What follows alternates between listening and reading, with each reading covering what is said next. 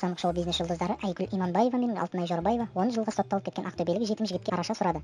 Қос әнші бұған дейін желіде шу көтерілген әріптестеріне қосылып, Әліби Өтепбергеннің жазықсыз айыпталғанын айтуда. Алтынай Жорабаева өнер өкілдерінің үндеуін қолдап, 10 жылға бас бостандығынан айырылған жігітті жақтап шықты.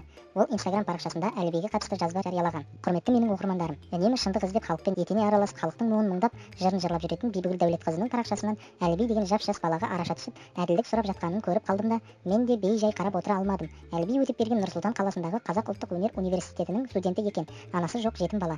Өткен жылы жазда 2-ші курсты аяқтаған соң ақылы бөлімге оқитын болғандықтан, жазда ақша табуға лагерге барып, айналдырған 4-5 күннің ішінде жасөспірім балалары жапқан жаланың құрбаны болып шықты. Содан 8 ай түрмеде жатқан Әлібиді наурыз айының соңында 10 жылға соттау туралы үкім шығыпты. Әліби Меруерт Өтекешева апайымыздың шеберханасында шыңдалып жатқан студент, өзі топ старостысы.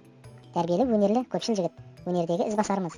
Осы бір жап-жас жігіт туралы достарының, халықтың жазып жатқан пікірлерін оқысаңыздар, бір негатив таппайсыздар.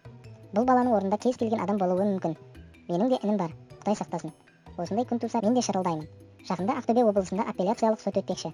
Сол сотта Әлібидің ақталып шығуына қолдау ауадай қажет. Темір тордың арғы жағында отырған Әліби көпшіліктің қолдауына зәру. Жазықсыз жаланың құрбаны болған жетім балаға қолдау көрсетейікші ағайын. Әріптестер, сіздер де бейтарап қалмаңыздар, деп жазды өнер иесі.